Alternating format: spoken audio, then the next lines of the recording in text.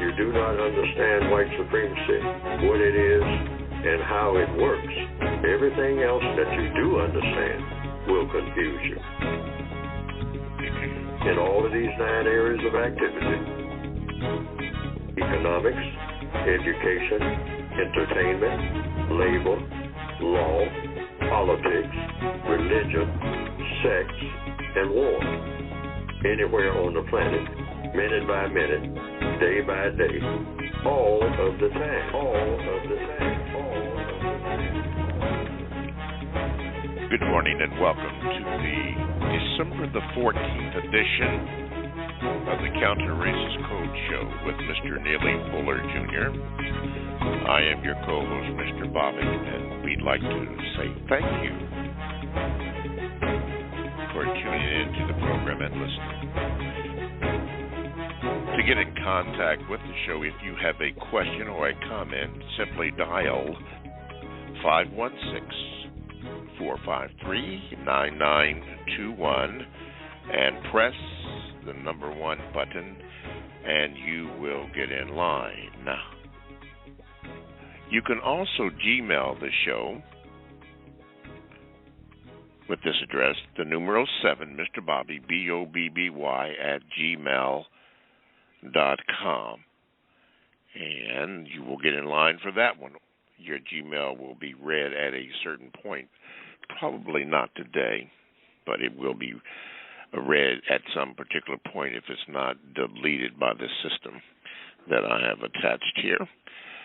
And then the third way you can join the show is by going to the chat room, and all you have to do for that is go to blogtalkradio.com, and when you get there, you're looking for shows and you want to produce justice show, and you click on that, and then the chat format comes up, and then you click on that, and you are in the chat room.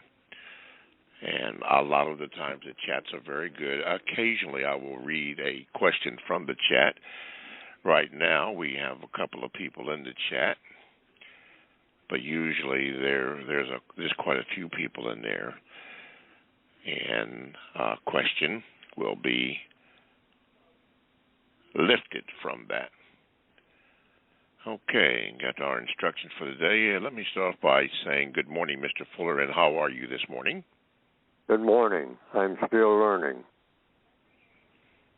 Okay, you are still learning. Okay, so that I can stay in compliance with what I said last week, we missed those calls that we had, or Gmails that we had scheduled because the show got hot and heavy, which is a good thing. But I did say that I would remember those people. And let me start off that.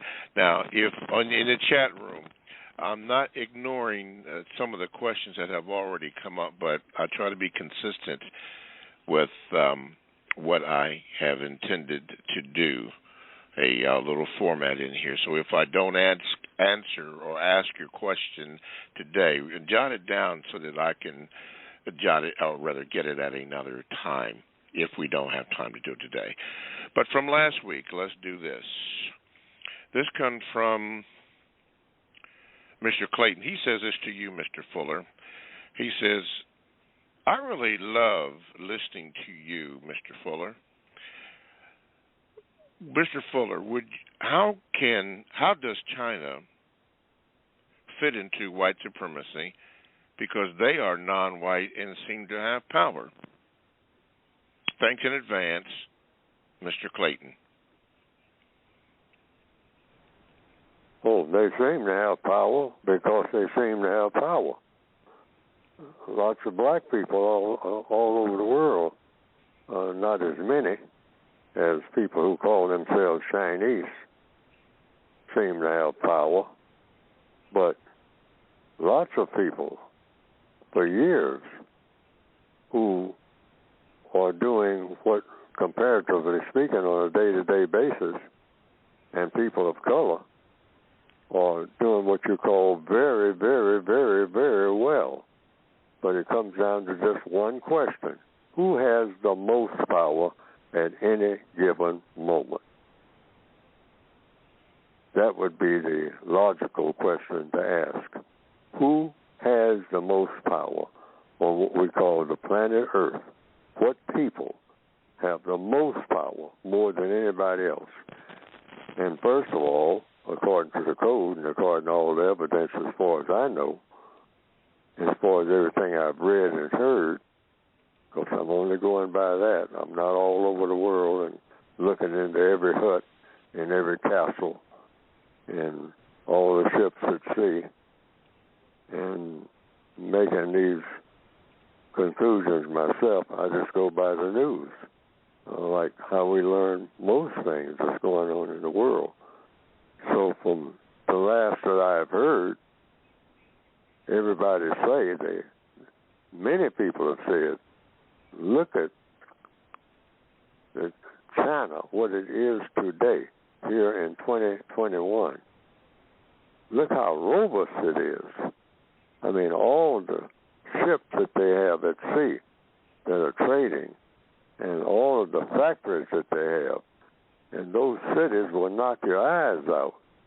I mean, you go into Shanghai and places like that, it's not nowhere near what it looks like in the 1920s or in 1910. And so they're really, they're just out of sight on a roll. If they have an extravaganza of any type or celebration of any type, I mean, it just knock your eyes out. It just send you reeling. And so the question would still be, are they the most powerful people on the planet? And the last that I have checked, even with all of this that you see, and I've seen quite a bit on television, the answer is still no when it comes to whom is going to have the most power when it comes to dictating how the world is run. It's going to be white people, and not just any white people. It's going to be white people who believe in white supremacy. Otherwise, everything that Neely Fuller is saying every Tuesday and on other days and in his books is totally invalid. If we don't have white supremacy anymore, we don't have white supremacy anymore. So the logical question is, are the white people who believe in white supremacy still the most powerful people on the planet here in December of the year 2021? And so far, from everything I've heard, yes. Mm-hmm. All right. Let me ask you this, Mr. Fuller, and then I'll go to Future Begins VGQ. I've heard you say on this show and other shows that if the problem of racism, white supremacy is solved, all of the problems that we have would be solved. Now, people are going to call in today with a lot of questions, and they seek your advice on it. But you have stated that if that one problem is solved, all these other problems that we have will disappear, or they won't have any problems. Can you explain that so that we have new listeners who come in all the time, and some of us need to be refreshed why you have made a statement to that effect? No, I don't say that all other problems will disappear.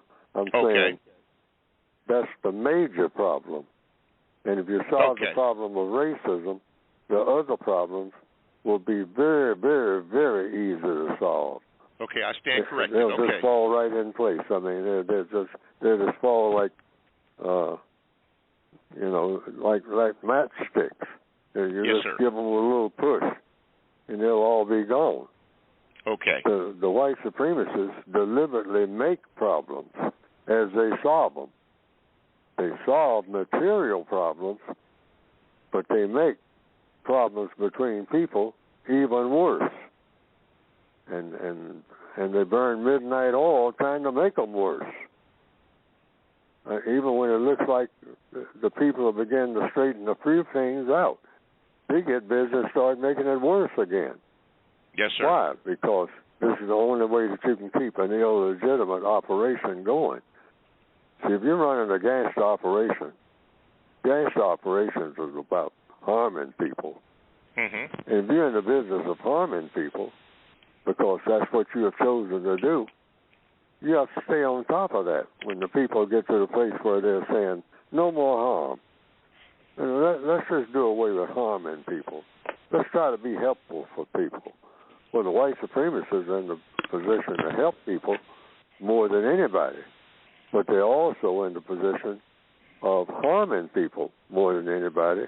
But harming people is how they stay in power as white supremacists. And what do they get out of doing this? What all organisms get out of doing anything: fun, glory, and material comfort. Now, yes, all sir. creatures want that. But the white supremacists have chosen to get it by mistreating people based on color.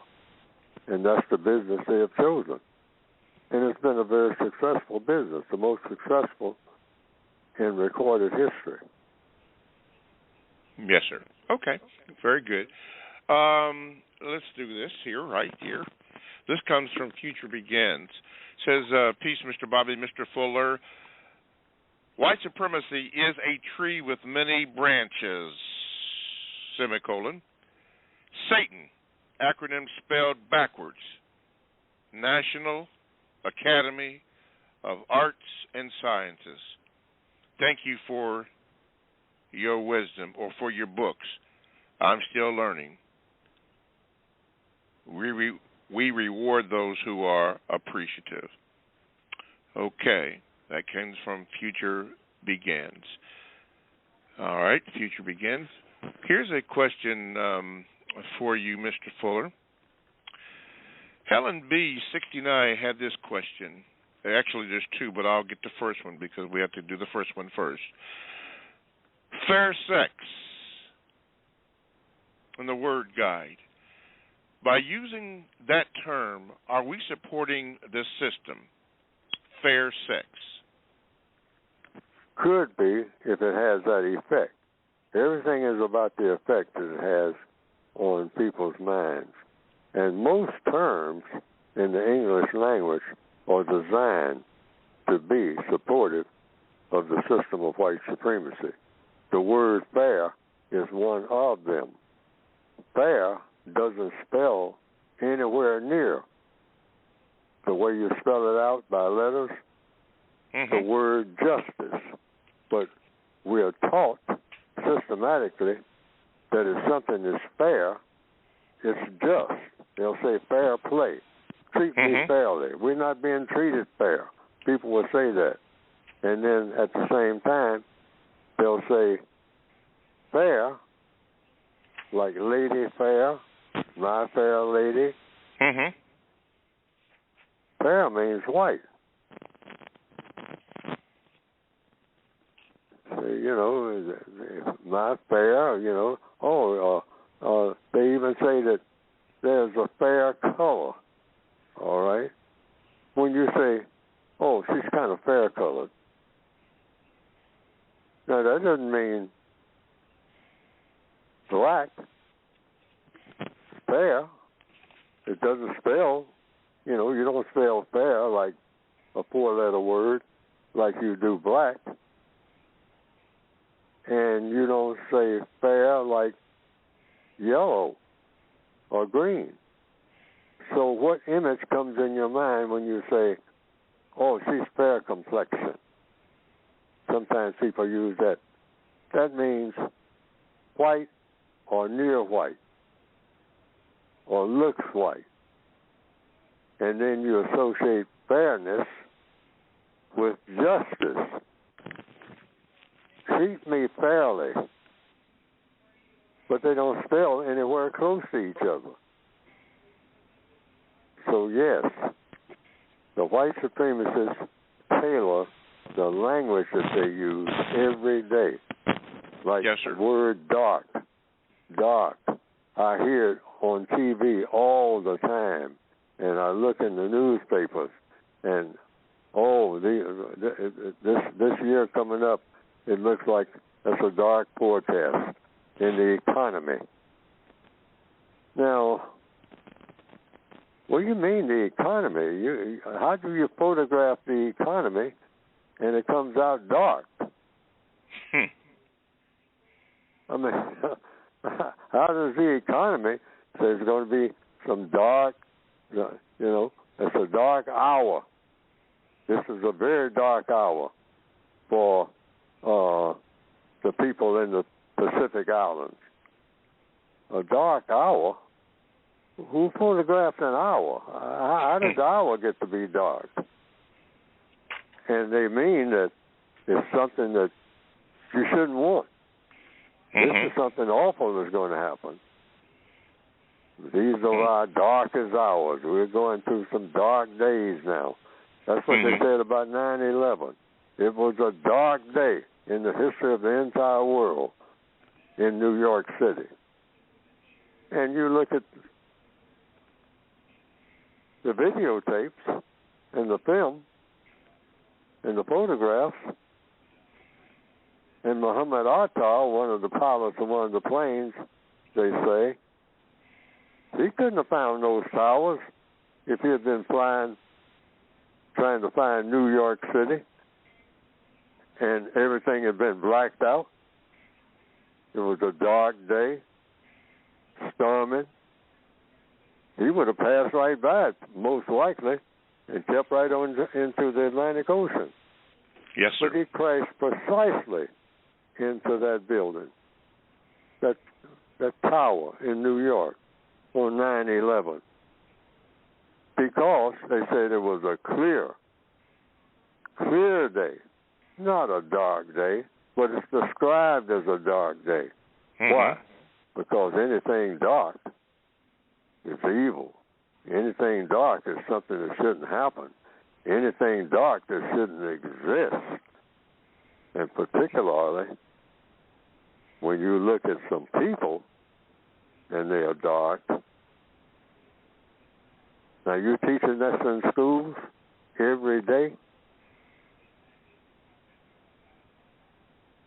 And in Snow White, that's not the word fair, but hey, you brag about Snow White. Mirror, mirror on the wall, who's the fairest of them all? And there's an old joke that's not a joke. The black person standing in front of the mirror, who learned that in school, stands in front of the mirror and says, mirror, mirror on the wall, who's the fairest of them all? That word fair. And the mirror talked back and said, Snow White, you black son of a bitch, and don't you ever forget it. That's pretty deep there. For those who care to understand more about this is in the Word Guide, which Mr. Fuller will talk about later on in the program, which you can get by going to producejustice.com. It's in the Word Guide, page 114. At the very bottom of the page, it mentions about fair, as Mr. Fuller had stated. I'll just read this a little bit. It says, do not use this word in any way that is directly or indirectly associated with the word justice, which Mr. Fuller just explained, and he has in parentheses, balance between two people, and then another parentheses, or is directly or indirectly associated with being correct or right or righteous. Study the many ways that others choose to use the word fair. Then on page 115, he goes through and gives reasons as to why this is not a good thing or a wise thing to do, and continues on page 116. That's in the Word Guide, which you can also get at producejustice.com. Okay, for the phone calls, let's go to Julia. I believe, Julia, if this is correct, Nigeria, here we go. Let me see if I can get you in. Okay, Julia, you are on with Mr. Fuller. What is your question, and good morning? Good morning. Hi, Mr. Fuller. Thank you so much for all you do. And I have two questions. My first question is, it is often said that money answereth all things, or all things answereth to money. So anytime I complain about the racism, white supremacy, and all of that to black people and other non-white people, they always say, oh, you don't have money. That's why you're complaining. Go get a job. Go get money. Wealthy black people complain about the system. So why are you complaining, right? So I don't know how, I can ask the question, but do you think that if all black people had lots and lots of money, do you think that we would not longer be affected by the system in a negative way? Do you think that's a route to freedom? I don't know how to ask. Mr. Fuller, did you understand that question? I think the question may be, if black people had money, would that solve their problems? Is that the question? Would that solve this? Yes, this issue of if black racism, people, yes. If all black people had lots of money, that would solve their problems. That's what that I'm the asking, question? Yes. Yes, the answer is yes, if the white supremacists wanted to solve the money that's given to black people to solve their problems. Money has a source. Money just doesn't fall out of the sky and nobody knows where it comes from. The white supremacists control all of the money on the planet. Okay. See, when you control people, you control money because people are money. Slaves were money. They were actually money. You could trade a slave for a horse or a cow if you wanted to. I mean, you can make whatever you want to money if you have power over people. Money has no power within itself. There are lots of black people who have, when it comes up, their money in various places comes off the press. It's the prettiest money you ever want to see, some of it maybe. I mean, look at this money. Look at the artistic design on it. Look, it's got, all black people own the money. And it's beautiful money. It's the most artistic money you have ever seen. All the wonderful designs, the wonderful colors in it. But the white supremacists will look at it and say, yeah, but it ain't worth nothing. And you say, why is my money not worth anything? Of course I said so. Because you ain't worth nothing. You black people. You're not worth anything until I say you're worth something. I determine what you are worth. So therefore, anything that you have is not worth anything if I say it's not worth anything. Why? Because I have power over you. See, if you have power over people, you have money. Because if the people have money, what are they going to do when you have power over them? Prisoners of war with a whole lot of money in the prison cell. Now, what are they going to do with it? They can only do with it what the prison masters want them to do with it, which means the prison masters are the masters of the prisons and the prisoners and the money that the prisoner has in the cell. It's a no-brainer. Okay. People think that money has some type of mysterious power on its own. Somebody determines what money is worth and what is money. You can make a rock money if you have the power over people to do so. Yes, sir. Very quickly, Julia, very quickly, what is your second question, please? My second question is like a suggestion. Mr. Neely Fuller, you've been blessed to live for more than 90 years. And I was just wondering, is it possible to compile maybe your experiences in Japan, lessons from your black surgeons in Japan, and any other random experiences you've had through life, whether racist experiences or non-racist experiences? You know, I know you might be busy, but nowadays what people do when they're busy is like they record those experiences, and then they get maybe an assistant to type it down for them, and then structure it very well, and then they proofread and then approve. So Okay. I'm just wondering if, it's just a suggestion, if possible. Okay, yeah, we're up against time. Thank you. Mr. Fuller, did you understand her question? No, I didn't. I think something about your experiences. Wait a minute. Let me see if I can get her. Something about his experiences in Japan and life experiences. Julie, is that what you're talking about? Experiences in Japan, lessons from the black surgeons who woke him up, right? He always talks about the black surgeons and also the black sergeant. Yes. And I just thought. Oh, okay. Go ahead. Sorry. No, sorry. Go ahead. Go ahead. Sorry. Yeah, go ahead, Mr. Fuller. She is saying, where do I get my thoughts from? Is that it? Just lessons. And the background from our writings and whatnot. Yeah, and your experiences in Japan. Is that what she's asking?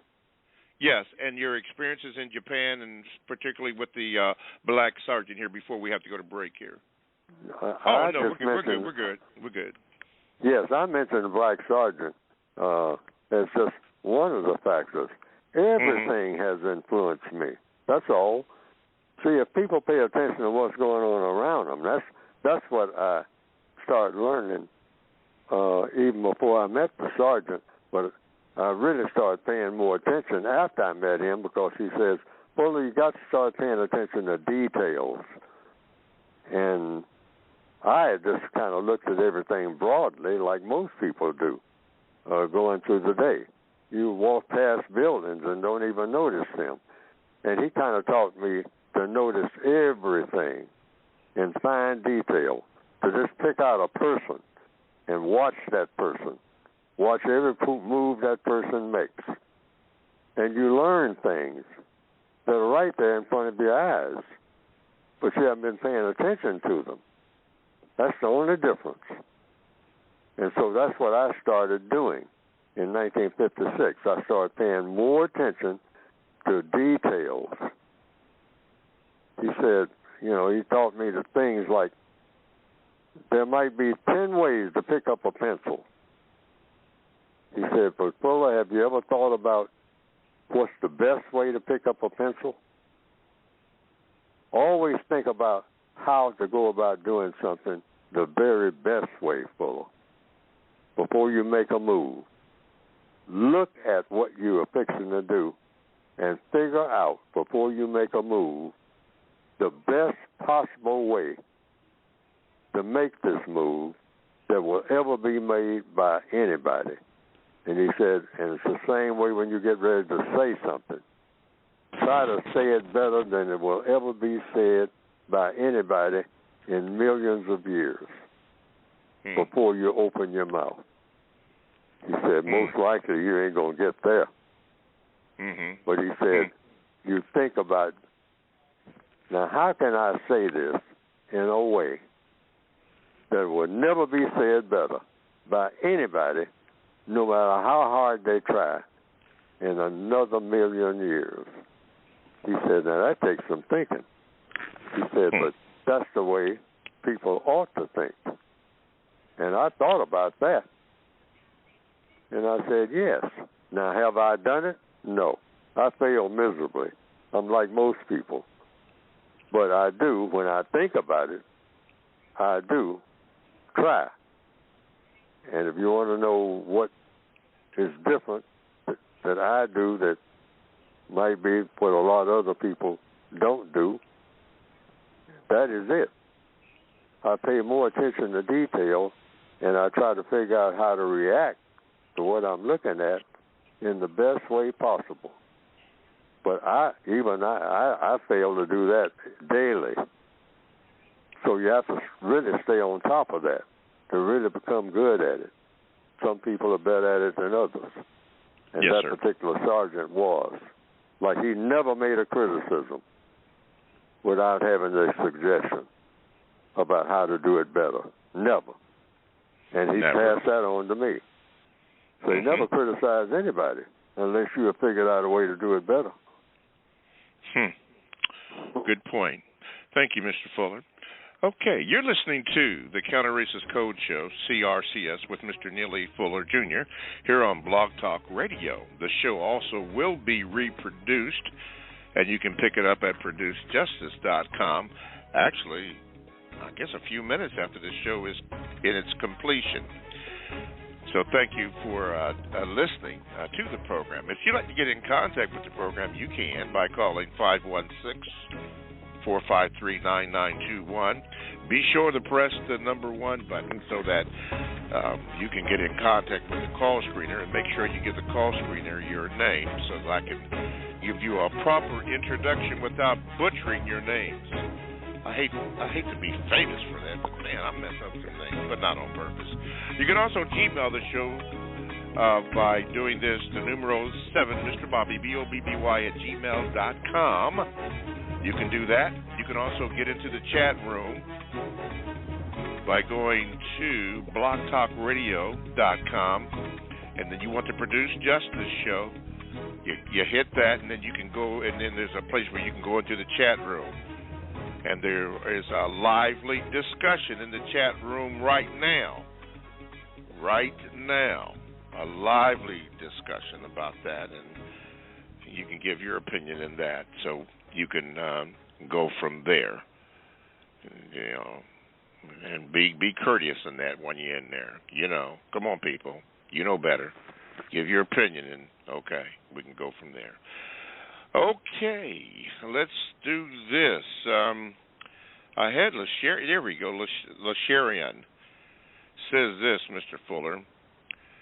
Mr. Fuller, do you believe that nature or nurture creates a white supremacist, or do you believe that it is a combination of both? Thank you. I don't know, because I don't know the origin of people's thinking, because I don't know the origin of people. Other than people were created, I'm looking at people, so they came from somewhere. So I would have to kind of know a lot about the origin of people in the universe in order to be able to answer that question. And I don't know enough to say about the origin of all of the molecules that went into a white person's mind that made them come to the conclusion that maybe the world would be better off in their mind if they set up a system based on white supremacy, which means dominating and mistreating people of color for the benefit of people who are, you might say, white or non-color. Now, they thought that up. Now, the origin of it, of how they evolved in thinking that way, I don't know. But I just know that they made it manifest and made it very clear that that's what they chose to do and were able to pull it off royally and very efficiently in a relatively short amount of time. And it became the strongest political system, the most powerful religious system ever thought up in the minds of people in recorded history, as far as I have been introduced to in recorded history. Yes, sir. And it manifests itself here in the year 2021. Okay. That's good enough. Okay. Mark, let's see. Mark in the DMV. See if I can get you up here. There we go, I think. Wait a minute. There you go. Mark, you're on with Mr. Fuller. Good morning, and what is your question? Good morning. So everything in counter-racist science is based on the truth, or that which is. People called black, or so-called black people, the color of their skin is actually brown, the darkest person even. Moreover, Mr. Fuller says that words are used as tools. And having consideration of the meaning of the word black and all the results of, black people and black culture, considering the truth and using words as tools, Mr. Fuller, is the word black the best tool to use to describe individual so-called black people or us collectively? If the person wants to be called that.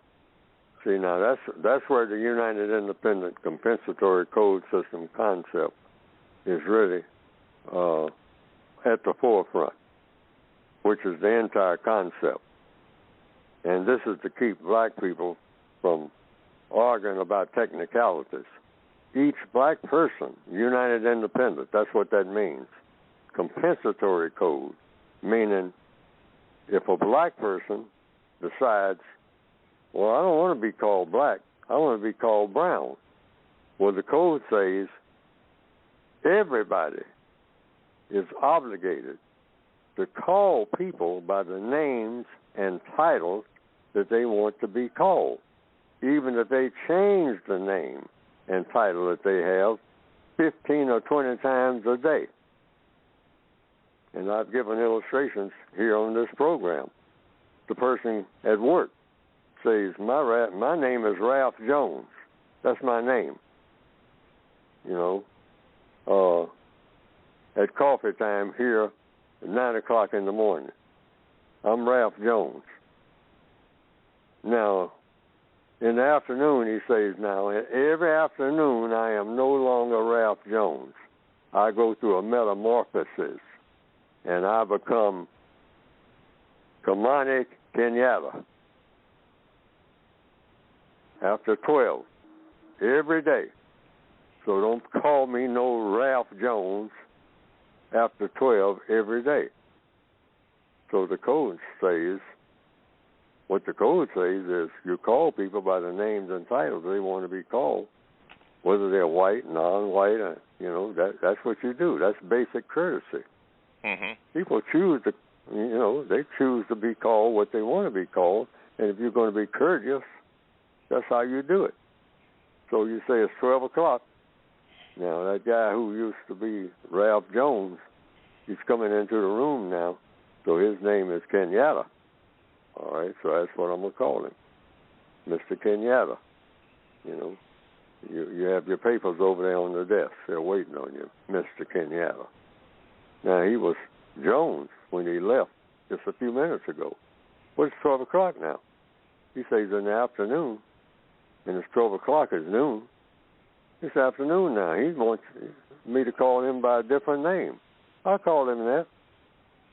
I don't go around and make jokes about him or anything like that. That's code. That's rock-solid code. He's entitled to that. That's his business. Doesn't take anything away from me.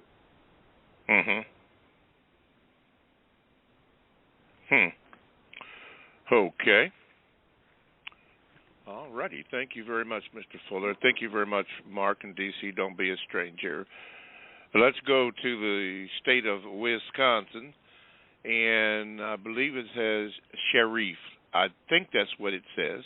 Anyway, you're on with Mr. Fuller. Good morning. Hello, Mr. Fuller. I finally had the opportunity to get a hold of you. Real quick, I just want to say that I've been a long-time listener of yours. I haven't had the opportunity to read the book yet. Most of what I've learned has been from, hearing what you're saying, and thus far it's been sufficient for me to, get on cold, so to speak. Now, real quick, I just wanted to say that you've mentioned in the past that you were possibly a descendant of the Cree people of the area we call Alabama, North Carolina, and I think Florida, some of those areas. I wanted to say that I am also a descendant of those folks, so we could possibly be relatives. Okay, now that that's out of the way, I've been hearing you say over the years that white supremacy is supreme, okay, and that it's supreme. It's been as supreme as far back as you or other scholars can remember. Okay, now my question is this: knowing that everything in the universe has an expiration date. And if we say that everything in the universe has an expiration date, we can also say that white supremacy, which is, of course, is the dominant institution on the planet today, has an expiration date. So with that in mind, and looking at everything that's going on right now, could we say that white supremacy's expiration date is at the door, so to speak? Well, the person determines that, but it either is or isn't. Okay, but what I'm saying is that, unless you didn't finish the question. No. The question is, if we consider everything that's going on in the world, politically, socially, at this moment, environmentally, and everything like that, that white supremacy's, grip on power and domination is, being, chopped away at this point and is at its, end or expiration date. Because we know empirically that everything has an expiration date, absolutely everything in the known universe. And when we say that, white supremacy is the strongest institution or phenomena in the known universe, I think we're stretching a bit, because we don't know anything about the planets next door in our own solar system and what's actually happening on those planets. Now, we just can't assume that that there's some sort of white supremacist organization on these planets or any of the other Earth-like planets, that houses intelligent beings in the universe are controlled by white supremacists. And that's my point is that, white supremacists have an end, okay? And that end, based on all of the variables that we can see on this planet today, are indicating that white supremacy is coming to an end, and that it does have an expiration date, because we know that everything has an expiration date. Sharif, look, I don't mean to cut you off, but we only have a certain amount of time. So could you ask him a question so that he could answer that, please, sir? Yeah. Is white supremacy, based on everything that's going on the planet right now, meaning, the environment, the bad things that are happening in the environment, Mr. Fuller, the bad things that are happening in the government, white supremacy being kicked out of, countries that they've controlled for many, many years. Can we say that at this point, white supremacy is at its end? Okay, thank you very much. Mr. Fuller? It's not ended until it's ended. Okay. That's the codified answer. See, we don't count. 99.5 yards don't do. Like on football. 99.5 and you never get into the end zone. All that everything else is just noise. In other words, it's either over or it isn't. Either or. Slam dunk. You either did it or you didn't. You either have it or you don't have it. And that's the codified way of looking at the system of white supremacy. You don't say, we're coming close, and all like, no, close won't do it. The position of counter-racism is you make it over instantly. And either it exists or it doesn't. And it's only when it doesn't exist you can say it's over. And hopefully was replaced by a better system than what it was. Otherwise, there's no point in replacing it either.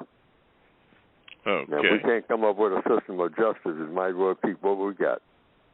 We don't need another type of non-justice. Been there, yes, done sir. that. Yes, sir. Thank you, Mr. Fuller. Thank you, Stuart from Wisconsin. Mr. Fuller, this is the time, and it has been mentioned already on this hour, about your book. For those that are new to the program, could you give the title of your book and a brief description of why you wrote the book and who the book is for? The book is for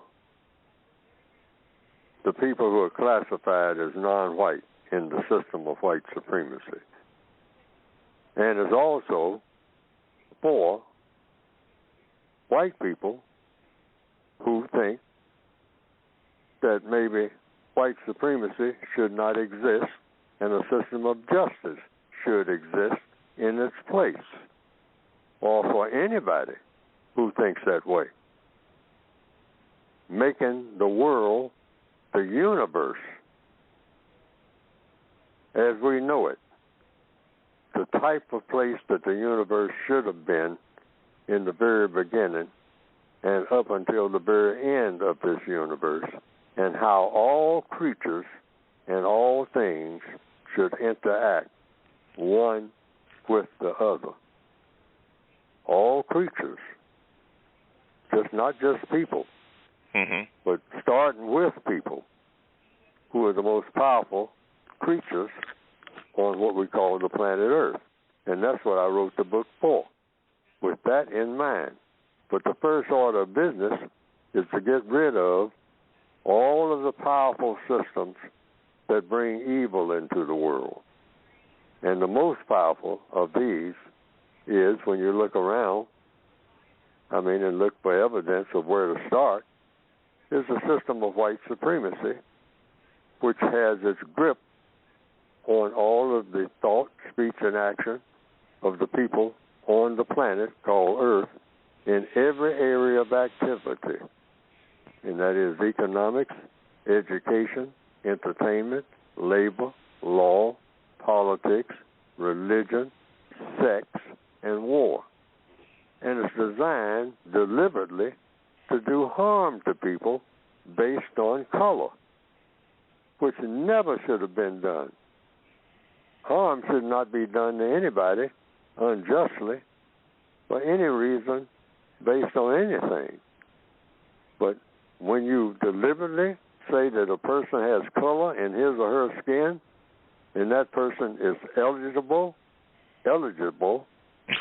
yes. to be harmed, yon goes a person with color in her skin. Now, she's designed to be mistreated. Mistreated by whom? By me, because I don't have color in my skin. And so that creature moving around there is designed for me to dominate and mistreat and figure out ways to, newer and better ways to keep dominating and mistreating this person forever. In order to do what, sir? In order for me to have fun while I'm here on this planet and get glory and get material comfort. And it's to figure out ways, newer and better ways, and even going over some of the older ways, if I can't think of new ones, to just dominate and mistreat people who have color in their skin and do it forever, so I can have fun, glory, and material comfort. Now, when I looked at that situation and said, this picture is incorrect, this should not be, this does not make sense at all, because people can have fun, they can get glory, and they can have material comfort without anybody mistreating anybody. Now, that's a theory that's never been proven. Okay? Because before white supremacy, somebody thought that up. White supremacy is one of the latest forms of it, and the most powerful. So that's why I wrote the book. And I said, we got to figure out a way to replace this system of white supremacy, which is the latest of a bunch of evil systems, with the system of justice, which means guaranteeing, first of all, that no person is mistreated, and guaranteeing that the person that needs help the most gets the most constructive help. Yes, sir. And briefly, we all understand that principle. Like when the tornadoes come through, everybody jumps up and helps everybody. Now, that's the way it's supposed to be all the time. But as soon as things quiet down and everybody puts the sticks together and gets a little shelter over their heads and a little food in their stomach, they go right back to doing what they were doing before. Yes, sir. The name of the book, and where can the people get the book, Mr. Fuller? You can get the book by going to producejustice.com. Producejustice.com. And what will come up on the screen is a brief description of the book. And the book is designed for the non-white people of the planet, people who are victims of white supremacy, to try to replace this system of white supremacy with justice on an individual basis by individual actions each and every day. In other words, doing the most constructive thing that you can possibly do each and every day in all circumstances that you find yourself in as an individual non-white person on the planet. That's how the book is written. It's addressed to the individual person, United Independent, who acts on the basis of a code. You're not following any person now. You're not enamored of any person, Neely, Fuller, or anybody else. You're following a code. What code? Yes, sir. Based on cause and effect. Fire will burn, water is wet, to get the most constructive results out of everything you do. That's how you defeat all evil systems. Yes, sir. And the name of the book, Mr. Fuller? It's called the United Independent Compensatory Code System Concept, but a more explicit of the title. It's got 3 titles: Textbook, Workbook for Thought, Speech, and or Action for Victims of White Supremacy. And you can get it by going to producejustice.com. Okay. producejustice.com. Particularly for those who are new to the program, that is where you can get the book, and that is a good site to go to. Right there, producejustice.com. Alvin shared this from Anonymous. He said this: because of what they, have air quotes there, have cultivated, it has led to an environment of privilege and no impunity for deeds done, which has led to a compromise injustice. That means that certain people can say or do things anytime they want to because they have created an unequal system that is not based on truth. Anytime facts can be manipulated, it is impossible for truth and justice to prevail, and that means it is a false narrative. He says, I challenge you to present the facts on racism.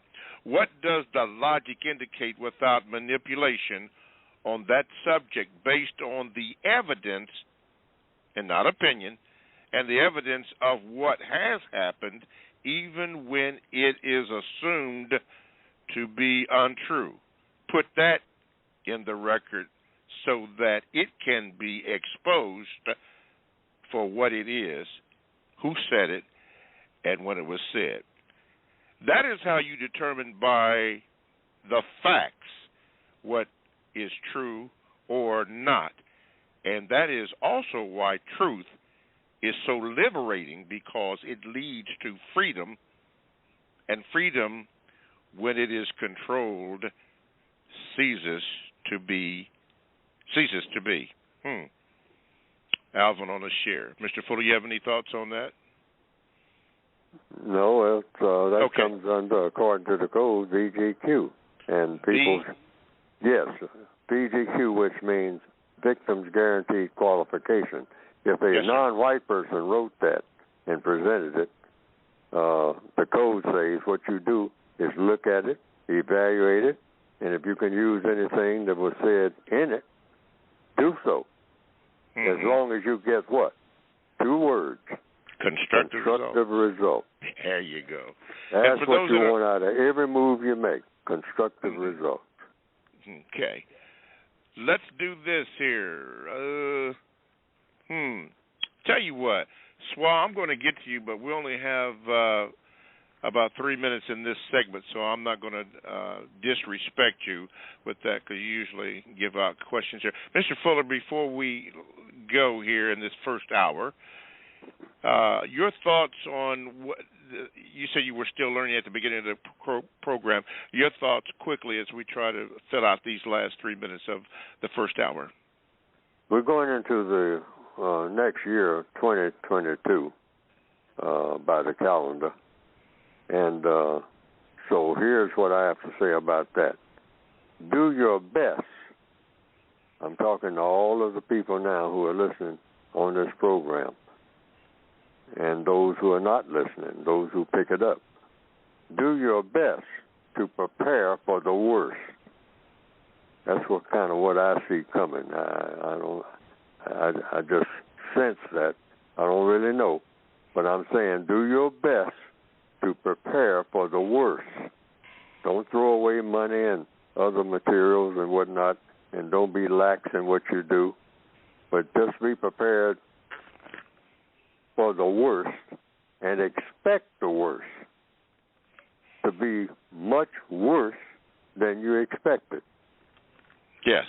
Do your best to prepare for the worst and expect the worst to be much worse than you expected in this year coming forward.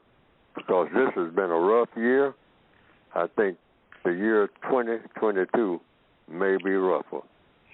Particularly if you're a person on this planet and you're classified as black and or non-white. Now, that won't apply to everybody. I understand that. But generally speaking, I'm thinking belt tightening. What can you do to prepare for the worst? I mean, think ahead, plan ahead. Don't be carefree and careless. Make a whole lot of debts unnecessarily. Don't take on and try to pay down your debts that you owe people, because things are most likely going to get worse, not better, in the year 2022 from what I see coming. Yes, sir. That's what I'm trying to do myself. Yes, sir. I'll just use that as a benchmark for whatever that's worth. Yeah, I'm trying to do that because I'm expecting things to get real rough in my own situation. Yes, sir. As a matter of fact, Mr. Fuller, I believe that you are correct, and from a biblical standpoint, for those that believe that, and I certainly do, in the book of 2 Timothy chapter 3, verse 13, it just simply says, "But evil men," meaning mankind, "and seducers shall wax worse and worse, deceiving and being deceived." So you were being prophetic. I don't know if you did that on purpose, but you were being prophetic when you said that. And I believe that the Creator inspired Timothy to write that. Anyway, we have come to the conclusion of the first hour of the Counter-Racist Code Show with Mr. Neely Fuller Jr. And for those who have to go, thank you for listening. Thank you for your calls. Thank you for your concerns and your VGQs. But we have another hour to go. So those of you who are going to hang on and stay with us, please do so. And we'll see you back in about maybe about 10 seconds here as we turn it over to the second hour of the Counter-Racist Code Show with Mr. Neely Fuller Jr. Thank you for listening for the first hour, and stay tuned for the second hour of the Counter-Racist Code Show with Mr. Neely Fuller Jr.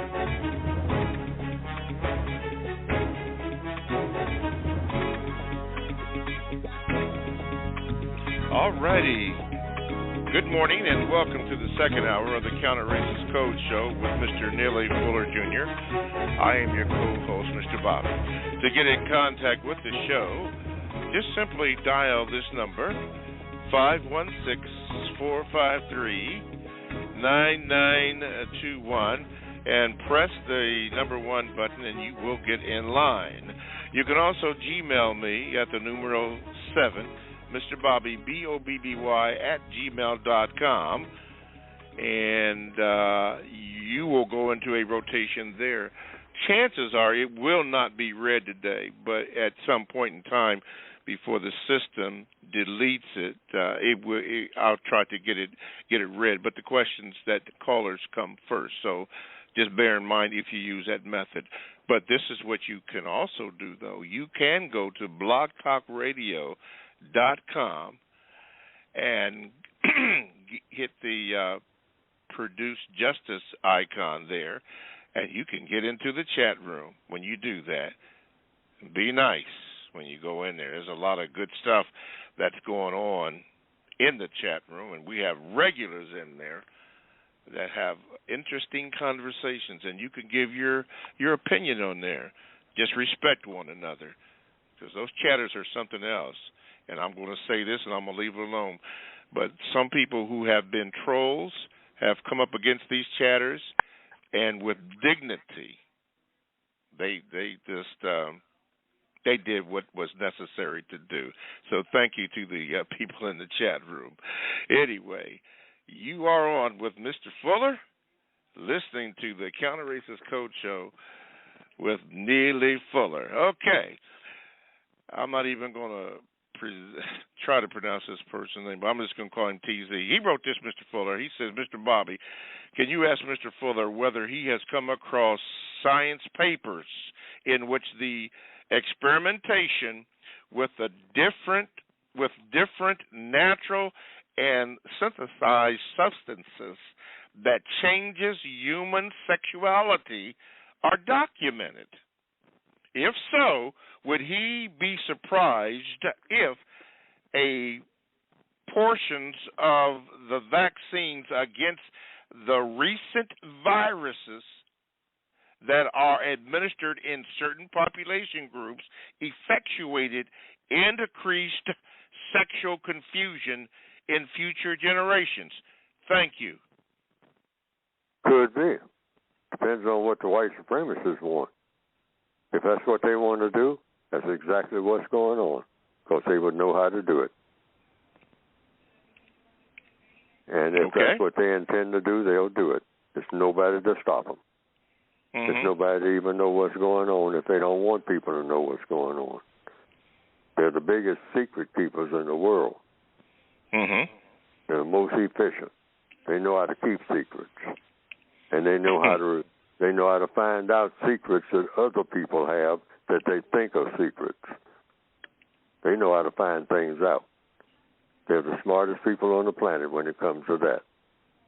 Why? Because they're the greatest at deceiving people.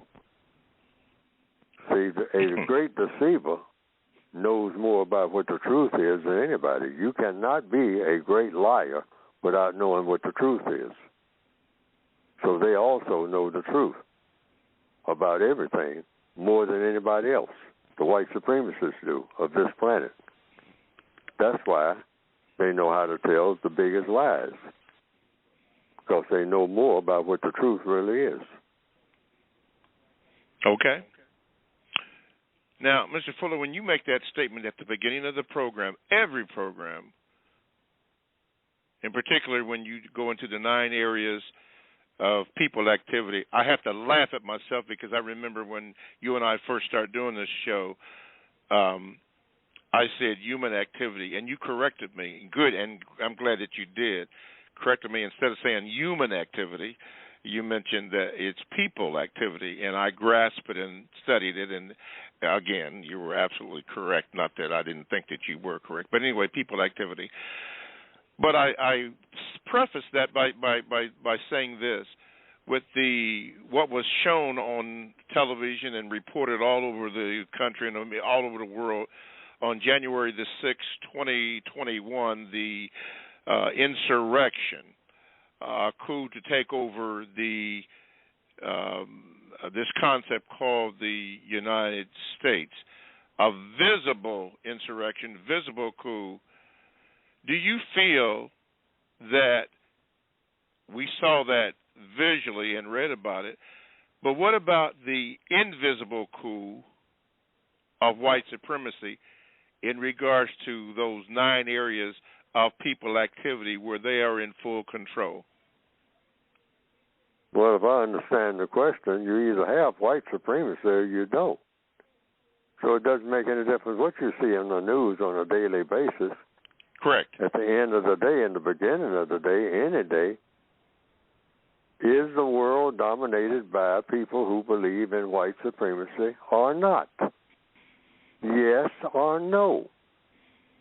And so regardless of what happens on Capitol Hill on any given day and who says what and who did what and who fell down and who stood up and who ran and who did the chasing and who was being chased, these are just details within the system of white supremacy. Yes. I mean, it doesn't make any difference how you shake it up and pour it. At the beginning and end of each day, you just ask yourself, this is code now. Do we still have the system of white supremacy in place worldwide in all 9 areas of activity, or do we not? And so far, the answer is yes, we do. End of story. Yes, sir. I'm laughing because as you were giving that, it reminds me of a documentary that I have seen on Free Speech TV, and it says that all governments lie. And they were describing how governments lie, and it was almost like reading, a certain excerpt from your book. And one of the things I got out of that was manufactured consent. Boy, are we doing that? Manufactured consent, led by who? You already know, the usual suspects. SWA, L.A., you're on with Mr. Fuller. Good morning. Grand Rising, Mr. Bobby. Grand Rising, Mr. Neely Fuller. My question to you, Neely Fuller Jr., is are people classified as black is one of the main reasons we cannot solve or even focus on the problem is because we've been made to be very emotional people? One of the main reasons we can't solve our problems is because we're very emotional. Yes. Is that the question? Is that the question? Yes. Is that accurate? Is that the question? Yes. Yes, that's the question. One of the main reasons that black people cannot solve black people's problems is that we are very emotional. And the answer is yes, because our emotions, as an attachment to that, our emotions are not attached to logic. Logic means cause and effect. Fire will burn, water is wet. Black people let our emotions govern us without attaching our emotions to logic. Emotions serve a purpose. So I can't say emotions shouldn't exist. Emotions are very, very essential. All creatures have emotions. Birds have emotions. They have feelings. I mean, invisible feelings. You can make that as a logical assumption. But they have to be attached to logic, which means,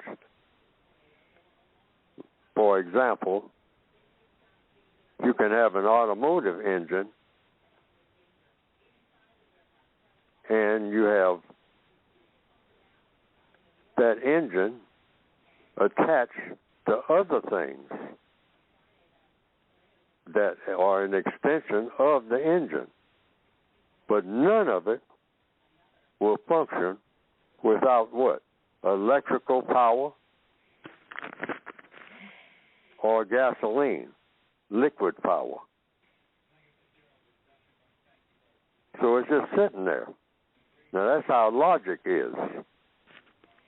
So emotions are like the gasoline or the electrical power, the battery power, etc. That's electrical power. That's the ignition. See, that's that unseen thing. You're looking at the engine, but that engine will sit there and rust over a period of years here on planet Earth. In time, that's what will happen to it without ever having done anything. And so what the white supremacists do is systematically do everything they can to separate black people's emotions from logic. So that black people are real good at just spinning on our heads or just jumping up and down in one place or yelling and screaming or running around in a circle and not getting anywhere, making a lot of noise, but we're not attached to anything. Just like an engine can be revved up, but if the engine isn't attached to the wheels on the car, that's that logical part. Yes, sir. Then that engine, for all that noise that the engine is making, the car isn't moving. It isn't attached to what it needs to be attached to in order to produce what? The result that it's designed to produce. So that's what the white supremacists do. They separate logic in the minds of black people from their emotions, so that black people are not capable of doing anything that makes sense until a white person comes around and makes the attachments. Wow. Attach the black person, their emotions, to logic. Then something gets done. It's the same person. The same exact person that was just jumping up and down and making a lot of noise and foaming at the mouth and cursing everybody out and shooting a gun at anybody in a crowd. Then the white supremacists come around and say, now I'm going to put a chain on this instrument, on this creature, calm it down, and then I'm going to say, okay, you quieted down now, boy. Now I'm going to take you over here, and you are going to build a bridge. And I am going to instruct you on how to build this bridge. Now, that black person is the same exact person when you look at the person. But you look at what the person is doing, and you say, no, that can't be Leroy. That can't be Kamani. I mean, he ain't like that. Usually he's just jumping up and down and acting crazy and going, and doing foolish stuff and all like that. Say, yeah, but a white person came along, put him in chains, took him over here where a bridge has got to be built, and this black person you'd been looking at a few days before is building a bridge. I mean, and getting real good at it. Why? The white person came around and made him attach his emotions to doing something logical. That's all that happened. Now, he can probably get a frame of mind where he can do that on his own. But we don't even attempt to do that because we've been trained not to even think about doing anything of constructive value until some white people come around. And that's because they trained us from birth to not attach our emotions to being constructive in everything that we do, which is how we should be. We can do that. All we have to do is just make up our minds to do it. We're not doing anything that is not constructive. No more parties or nothing like that. If you can't show me where a party is constructive, I ain't coming. Suppose every black person said that throughout the entire planet right this minute. you see the whole world changing right before your eyes. Every black person on the planet said, I'm not going to another party unless somebody proves to me in advance that when that party is over, something very, very constructive will have happened at that party. Now, if they can't do that, I ain't coming. Now, suppose every black person on the planet said that. Wow. Among the non-white people. I mean, the change would be phenomenal overnight. That's what codification is all about. That's what my book is all about. All we have to do, going into another year, we want to start that as a benchmark. I'm not about nothing that's non-constructive. No more. I've been that way most of my life, if every black person said that. So anything that anybody says to me, white or non-white, they better show me where it's going to be constructive, or I ain't voluntarily participating if I can at all get around it. Yes. Wow. That's all we got to do. All we got to do. What can we do? What can we do? What can we do? Oh, woe is me. Oh, woe is me. Let me, find somebody to hug because I don't know what to do. I don't know how to think. All you got to do is just say, anything that I do has got to have a constructive result. I don't want to listen to anybody who's even talking about something that's not going to produce a constructive result. Period. Ever. Again. Yes, sir. Got a Gmail from Rasul Ali. Says this: Peace, Mr. Fuller and family. VGQ, I hope. We are being tested in body and soul. Who are the, in quotations or parentheses, godly, righteous people. Our destiny is to board a ship called, in parentheses, Starship Worship, similar to the many mentioned narratives of the ships in the Bible. It's beyond our comprehension, so my statement is an allegory of faith. Your book, Mr. Fuller, relieves some of the pain to the pathway of our destination. Thanks. We know how much you care, Rasul. Thank you, Rasul. VGQ. Joe in Harlem. You're on with Mr. Fuller. Go ahead, please. Hey, good morning, Mr. Fuller, Mr. Bobby. Good morning, sir. So my question, first I have a statement. I've heard many white people say that they should be treated as individuals, not as groups. And so the question is, if white people are the only race people, should victims of racism, white supremacy, look at each individual white person as an individual, not as a group? Do white people look at white people as individuals and not as a group? No. Is that the question? White people always say that we should look at them as individuals and not as a group of white people. So should victims do that? Should we just look at them as individuals and not as a group of white people who are individuals? You look at every person as an individual. Mm-hmm. And if it's a group of white people, you look at them as a group if they say that they are a group. You just go by the labels that they put on themselves.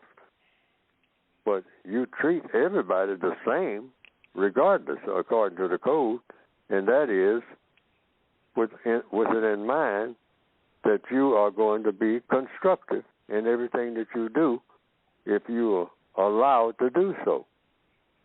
You interact with white people. People ask me, how do you interact with white people, and how do you interact with black people? You interact the same way. What you're going to do, is it going to be constructive or not? See, and the white supremacists will say, well, hey, if you're black, you're not going to do nothing constructive, unless you're doing it for me. if you're black. But any of that other garbage you all do that I got you doing, selling drugs and killing each other about the drugs and all like that, oh, yeah, I got you on that. I mean, you can do all that if you want to. But if you're going to do something like put up big buildings and whatnot and have nice, neat neighborhoods and no trash all over the place and raggedy fences and all that and all like that, hey, I'm going to be in control of that. Why? Because that's constructive. That's why. I don't want you black people involved in nothing constructive without my supervision. And if it's got my supervision, it's going to be basically for me. I'll let you have a few crumbs around the edges, but I'm going to walk off with most of the meal. Because that's white supremacy. Yes. Okay. Thank you, Joe. Here's a VGQ from Asenia. She says this: what is redlining? What does redlining mean? Redlining meaning, definition, and explanation. She said you can go to YouTube and get that redlining meaning, definition, and explanation. And she says we can, to fully understand the terrorism New Africans, spelled with a K, have endured for 500 years. If things are going, that's what she wrote, if things are going to change, we have to be the change makers. We employ y'all to start talking about the fix for then we talk about the problems. Let's put a plan together that even our children could finish if need be. This is from Asena. New Africans must heal thyself. Black people, please stop just complaining about our condition or do less complaining.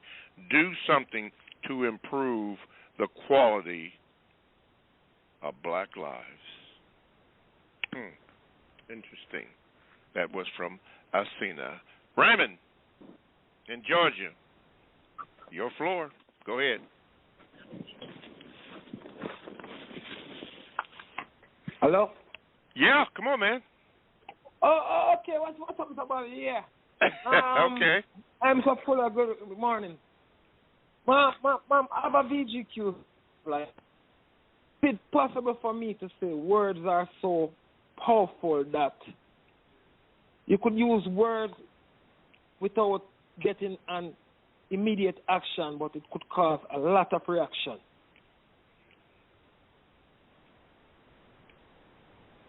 Was that it or what? Yeah. Was that? I'm just as a BGQ, like, I'm just saying that words are so powerful that it doesn't have to cause a immediate action, but can cause a lot of reaction. Oh, okay. All right, Raymond. Thank you for your VGQ. Thank you. Josh, Kentucky. You are on with Mr. Fuller. Go ahead, please.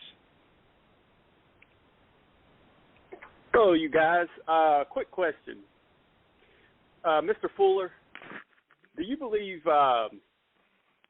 Christianity is counterproductive? I don't know what it is. I hear different preachers say different things. I even hear preachers arguing with each other. See, so I really can't say. If I say, someone will say, he don't know what he's talking about. I'm a Bible person. I know all about the Bible. I know all about Christianity.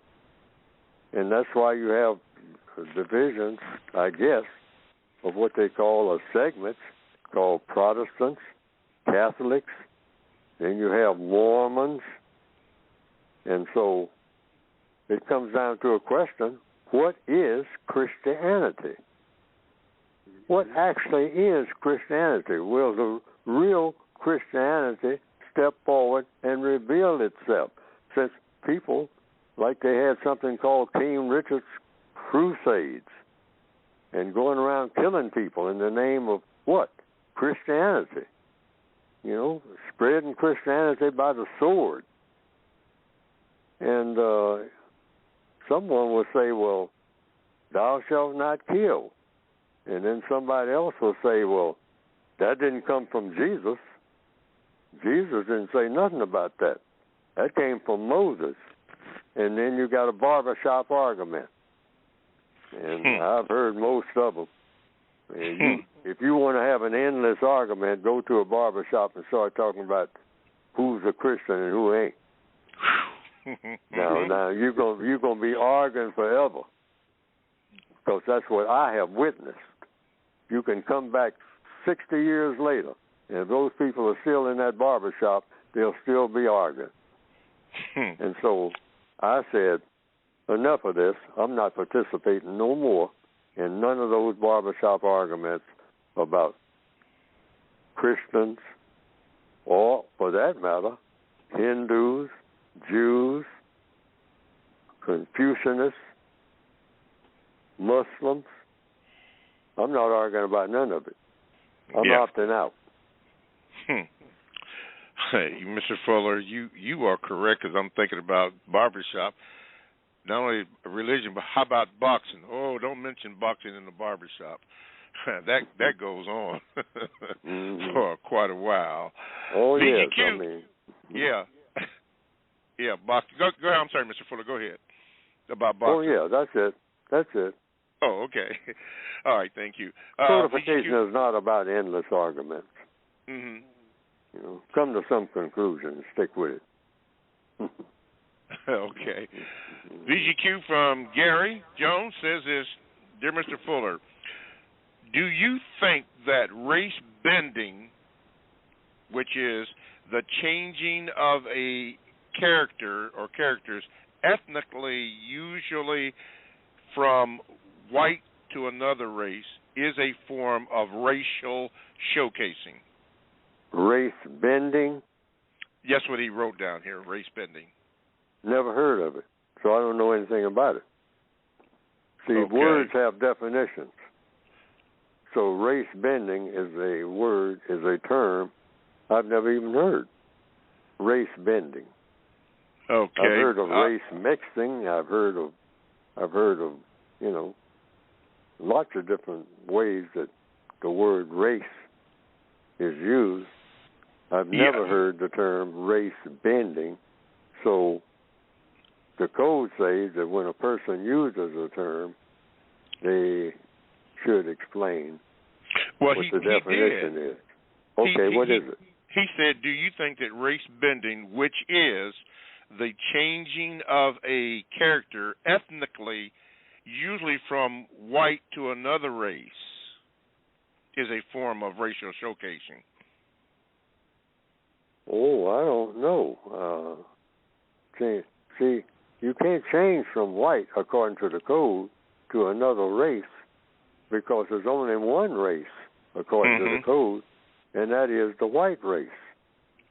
So the white supremacists invented racism, as far as the code perspective is concerned, according to what I've written. Okay? So you don't have races of people. The white supremacist says, we are going to be something called the white race. We invent something called racism or racism. And it's going to be based on color and non-color. So we will be the white race, and everybody else will be whatever race that we say that they are. Now, they started off in the modern world in 1860. There were three racial categories: white, black, mulatto. Three categories. Now, here in the year 2021, I think there are 21 categories. Even a race called Pacific Islander. Yeah. There's even a category called some other race. you can actually put that down on a census. Some other race. Now, how does some other race look? If I was walking down the street and I'm saying now, I'm not going to look for black people. I'm not going to look for white people. I'm not going to look for mulattoes. I can go back to the 1860.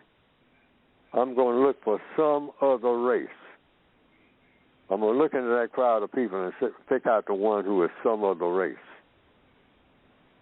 Now, I talk about racism and race all the time, but I wouldn't know how to do that. And I haven't talked to anybody that knows how to do that. How do you, if you line up about 200 people and say, pick out 3 people who are members of some other race, I wouldn't know what I was looking at. I wouldn't know who to look for or what the characteristics would be. I wouldn't know. Somebody would have to tell me. But that's actually a category. A category made by whom? Now, that's what I don't know. But I have a usual suspect, the white supremacists. They make up categories that don't make sense. All the time. All the time. Thank you, Mr. Fuller. You're listening to the Counter Racist Code Show with Mr. Neely Fuller, Jr. I am your co-host, Mr. Bobby. If you would like to have a question and a VGQ, keep it short, dial 516-453-9921, or you can Gmail the program at the numeral 7, Mr. Bobby, BOBBY, @gmail.com. Chat room is also available. Just go to blogtalkradio.com and go under the flag Produce Justice and hit that, and the chat will come up and you can join the conversations in the chat room. You can do that. By the way, when you call that number, please press the number 1 button so that you can get in line. Mr. Fuller will be discussing his books, the name, where you can get them at, and all the other relevant information. If you did miss the Carl Nelson show this past Thursday when Mr. Fuller was on, it is also up on our website at producejustice.com. So you can go back and listen to that. I did. I listened to it live. It was good as far as I was concerned. But, you can do that too if you'd like to do that. Okay. Let's see here. I'll ask you that in a minute or two. This comes from Ivan Jalil. Says, good morning, Mr. Bobby and Mr. Fuller. Now that the Pfizer vaccination is FDA approved, toodaloo, that's what they wrote, is it logical for non-white people to just up and run and get the shot if they don't trust these race soldiers? Mr. Fuller? It's logical if the individual non-white person, prisoner of war of the system of white supremacy, decides that here in the prison system, called the system of white supremacy, that they gave me an option, so I'm not going and get that shot, because I suspect there's something going on here that shouldn't be going on that's going to be harmful to me. So it's logical that the person can come to that conclusion. It's also logical that the person can say, well, if I don't get it, I will most certainly get COVID-19 in one form or another, or I'll get something, maybe something even completely new of what they're going to, if I don't get it, then I'm going to catch some type of disease that's put out here, could be by them. So they got me both ways, going and coming. They got me dead if I take the shot, and they got me dead if I don't take it. And then it might be exactly the way that they say that it is. That if I don't get the shot, I will most likely, for certain, be dead. But if I do get the shot, I won't be dead anytime soon, but I'll be dead later on at a time when I shouldn't be dead. It could be any kind of scenario. All we have to remember is we're in the system of white supremacy, and that's why I mentioned in answer to this question, prisoners of war. See, when you're a prisoner of war, you don't really know what is going to happen when they tell you to report to the prison hospital. You don't know. Once you get there, you don't know anything except, you go there comatose maybe. You go there because you're sick. You want somebody to help you. But if the white supremacists are there, and they say, I'm not going to help you, but I'm going to make you think I'm going to help you, you're not going to get help. And whatever they decide, that's going to happen anyway. Okay. So it's just a matter of, you might say, to use an old cliche, what? Roll of the dice. You can get the shot because you think that maybe they're telling the truth, that it will help you, or you can not get it because you think maybe they're not telling you the truth and they're not trying to help you. But it's a roll of the dice. Yes, sir. Because you really don't know. Nobody knows except the white supremacists. According to a news report that was reported today on MSNBC, 12/14/2021, 27 members of the military were dishonorably discharged because of their refusal to take the shot or be vaccinated or whatever it was. 27. That was their choice, I guess. Before we go to John, Mr. Fuller, you said that there's no such thing as a American, and I've heard this term that I'm still investigating, but I wonder what your thoughts are. Native black. Native black. Have you heard that term before? I may have, but I hadn't thought about it. I certainly don't. I don't have that in the word guide, the counter racist word guide. I hadn't thought about native black because that's a term that I don't hear people using. Generally speaking, native black. It's beginning to be used because there are beginning to be used. Okay. Yes, because some people do not like the fact that we were that in this concept we're named after American Vespucci, and they don't like that term American. And it has been discovered that, and I'm still researching this, that black people were here before, definitely before they got here, that were populated in this region of what now that's called the United States here in the northwestern hemisphere. And then those of us who were born in here are actually native to this country, or to this concept, and that's where that term is being, that's what they're being called now, native black, even on job applications. When they have that other, they're beginning to put in native black. So I just was wondering if you had heard that term. No, I have not heard the term until now. Okay. All right. Let's see here. We have remaining moments here. Let's go to Houston. John in Houston, you're on with Mr. Fuller. What is your question?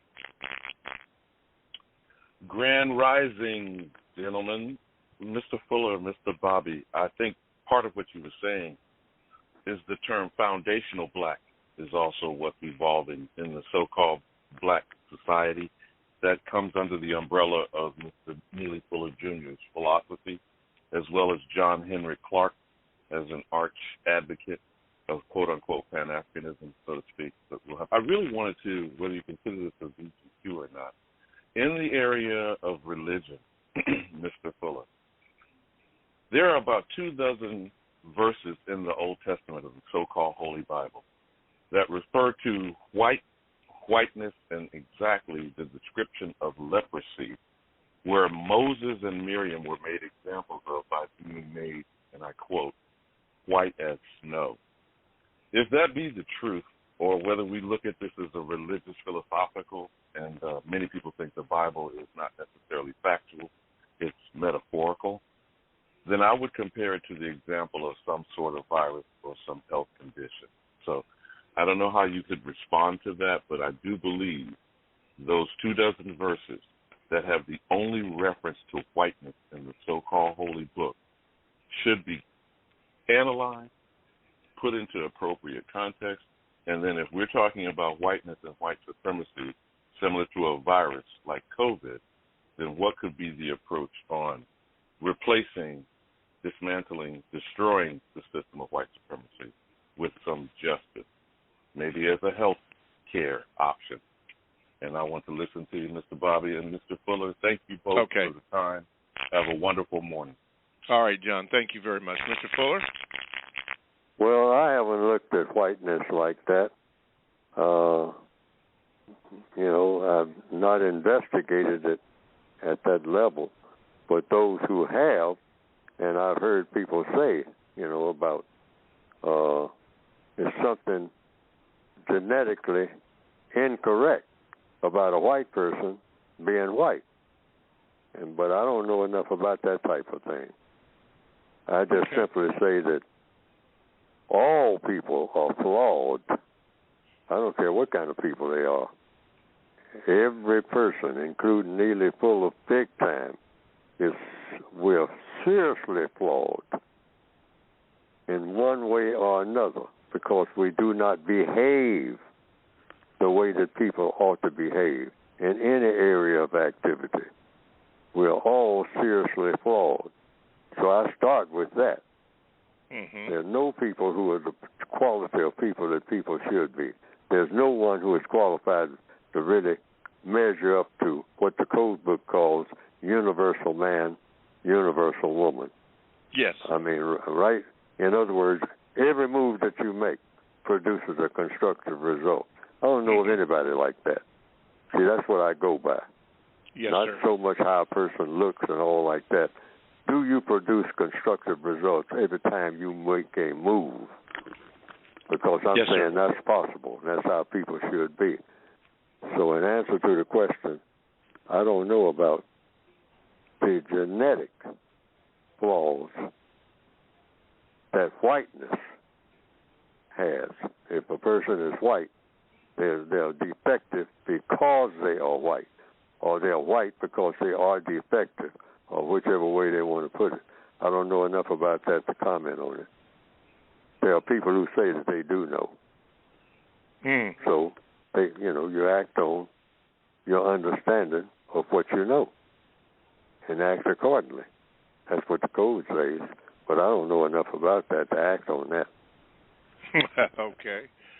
The word in the chat room, thank you, 888, Rita 888, challenges. There, for those that want to know, go to the Blog Talk Radio Produce Justice box and then when you do that, you'll go to there's a place where you can get into the chat room. And one of the things that's being discussed now is the challenges. And one of our loyal listeners, along with Produce 21, are discussing the challenges. Very good point that she made on there. Thumbs up there, Sister Rita 888. Gotcha. Hey, listen, when you call in at that number 516-453-9921, be sure, please, ma'am, please, sir, if you have a question, to press the number 1 button and give your name to the call screener, because as this person has done in the 716, you've been holding, but I don't have a name there. So I'm going to get to you after I get to Josh in Kentucky. But please, ma'am, please, sir, give your name so that I can do that. And there are those who call in who listen, and that is proper. You can do that also. Just FYI. Josh, Kentucky. Wait a minute. Gotcha. Go ahead, Josh, with your question for Mr. Fuller. Go ahead, Josh. Okay, Josh going once. Josh, last time, 3 times. I wonder, Josh. Okay. You guys already answered my question. I'm not sure Oh, how okay. I got back Thank around. you. Okay, Josh. Okay. Oh, you wanted to hang on. Okay. Yes, Thank sir. you very much, Josh. I'm sorry. I thought because they gave me a new icon, which is like a hand raised. Okay, Josh. Thank you for listening, my brother. Thank you very much. Thank you, Mr. Bobby. Okay. Let's see. Let's go to this person here. I don't know your name. It's blank here on my screen. Oh, there you go. Anthony. Thank you. Okay, Anthony. Gotcha. Thank you for somebody putting your name in there. Okay, Anthony, you're on with Mr. Fuller. What is your question? Hi, hello, Anthony. I There you go. Okay. Question for Mr. Fuller about constructive organization. I feel as though that, well, my VGQ is that I'm not seeing any constructive organization. And what I mean by that is black people coming together for constructive causes. I just see a lot of individualism. An example that I can think of is Mr. Fuller and Dr. Francis Cress Welsing used to do study groups, and I believe that was constructive organization. So how important is organizing in a constructive manner, Mr. Fuller? Oh, I don't use that term constructive organization. I just say constructive result. And the United Independent Code System, when I was participating in seminars with Dr. Francis Cress Welsing, she would make her presentation, and then I would make mine. We weren't working as a team. And because I say that this makes you vulnerable. You can't organize against white supremacy. We're prisoners of war. You can't organize in a prison. It doesn't work. You have to unify. And so when you unify, you don't unify with a person. You unify with a concept. This is why concepts are so powerful. Like the system of white supremacy is a concept. That's the most powerful political and religious system ever thought up of by people on this planet. Why? Because it's addressed to the individual person. Each white supremacist knows exactly what to do, even when there are no other white people around. Now, that's something black people don't even think of that level at all, because we don't think we need a code when that's what we dearly need more than anything. See, think of that word organization. What does that mean? It means I'm dependent on what the other person is doing at any given moment. Counter-racist science in the system of white supremacy say that won't work. You depend on yourself to follow a code, not a person. Codes are reliable. An electrical code, a plumbing code. Even when nobody's around, you can turn on a light switch, and you can depend on that light switch giving you light. Why? Because it's codified, that's why. So you're not looking around saying, I got to have a guy named George standing right by me, with his arm around my shoulder, saying, I'm your brother. And, and be wearing some kente cloth and be wearing some sandals made in Nairobi in order for him, all right, my brother, to be able to turn on the light switch. Now, the white supremacists look at that, and they laugh and say, are these people as crazy as they seem to be? Or are they joking? Because that's what we think organization is. Organization is you first organize yourself. You are a walking organization, the whole thing. not a piece of something. Pieces of something So gathering are very dependent. So when you have a code, this is why, for an example, in so-called World War II, they say a Japanese soldier who was into some type of code called the Code of Bushido was more efficient than any other soldier because he didn't look around to see what the other soldiers were doing or look and see, are y'all with me? Now I got to go go with the boss man, so we got to be organized now, and I got to make sure that all y'all with me, because if y'all ain't with me, I'm gonna go down there by myself, and I ain't gonna be able to handle it by myself, because I'm gonna look around and I ain't gonna see all y'all there. Somebody's missing. Supposed to be 10 of y'all. Then 8 of y'all show up. So now I'm falling apart. Now the way I understand that Code of Bushido worked is that individual Japanese soldier who believed in the Code of Bushido said, I always got a whole organization with me because I got a code by myself. So meeting in a room is not going to help us. What's meeting that now? up in a room. What do you mean moving in the womb?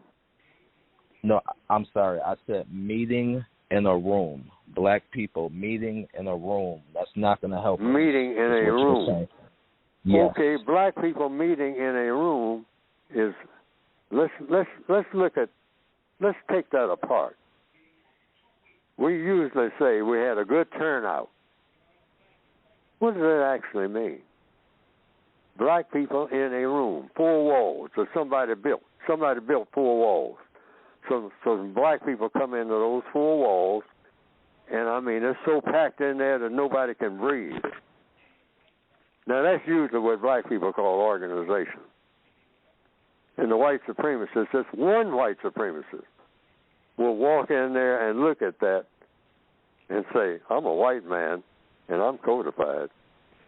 I ain't got no white people with me at all in no room.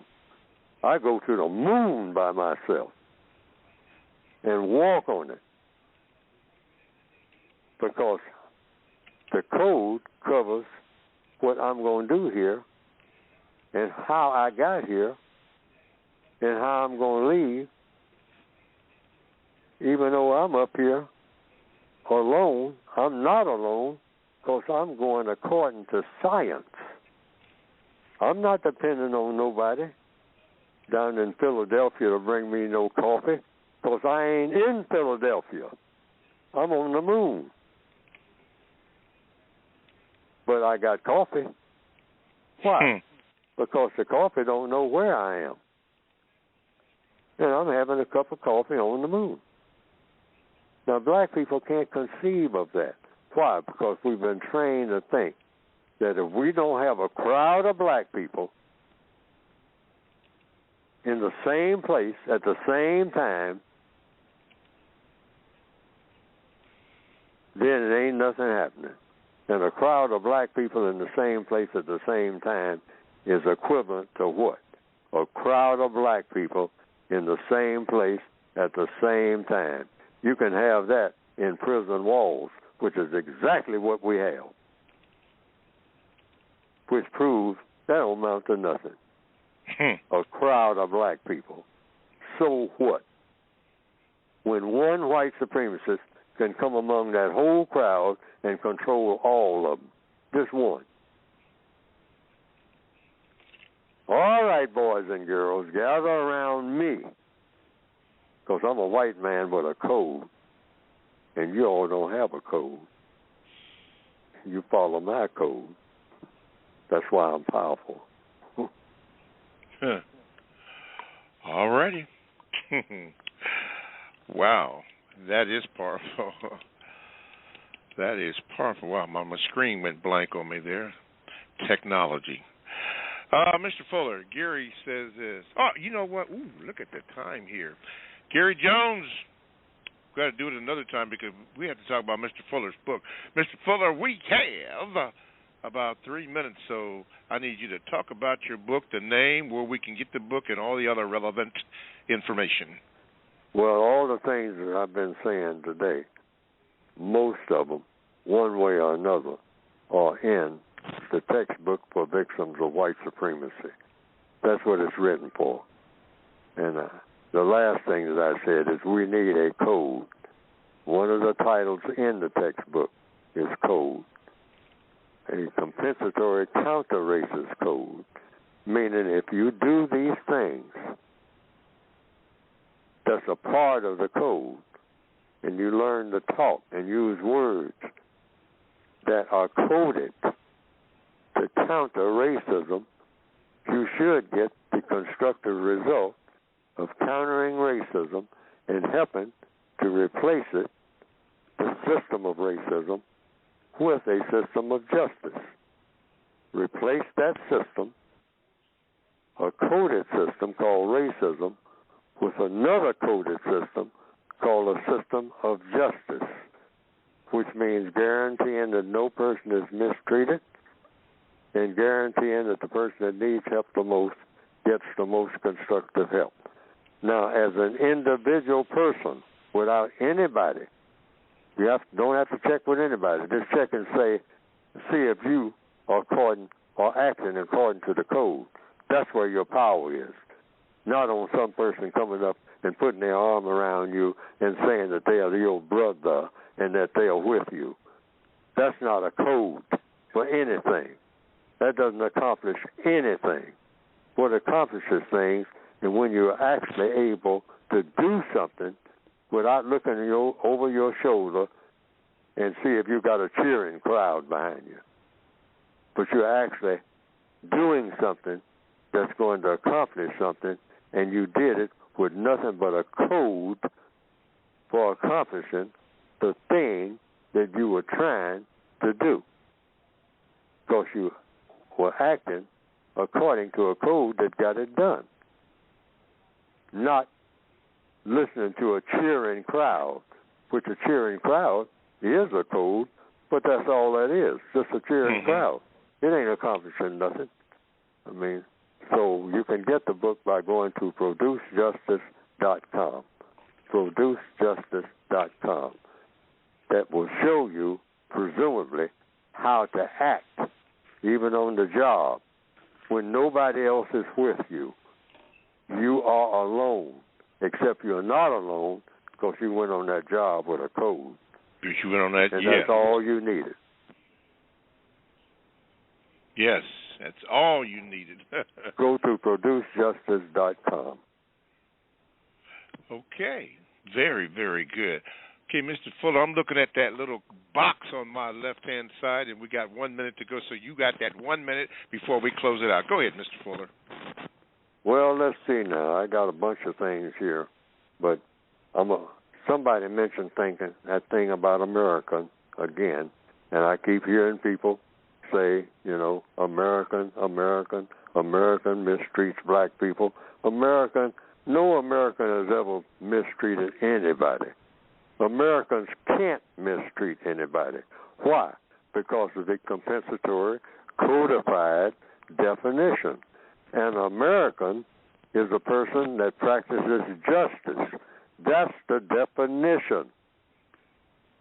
And since nobody practices justice nowhere on the planet, because you can't practice justice in a system of white supremacy, that's the most powerful system, the most powerful government on the planet, then you don't have an American government yet.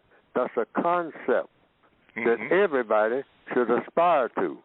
Everybody on the planet should want to be an American, but nobody is, because Americans practice justice. I want to get that in everybody's head.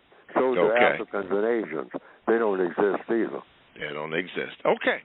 Well, we got to leave that there, but thank you for that, and you did a good job too, Mr. Fuller. Thank you for leaving it there. For those of you and all the rest of us, we've come to the end of the program, so thank you for listening. Thank you for all your calls. Thank you for the chats. Thank you for the VGQ, and thank you, Mr. Fuller, for teaching us. All the materials can be received or gotten at producejustice.com. So thank you again for listening. And Fuller, Mr. Fuller, the last word belongs to you. Go ahead, 10 seconds. Yes, the code teaches, not Neely Fuller. I just tried to reveal the code. The code came with the universe. I didn't invent it. All right, thank you. See you next week. Thank you.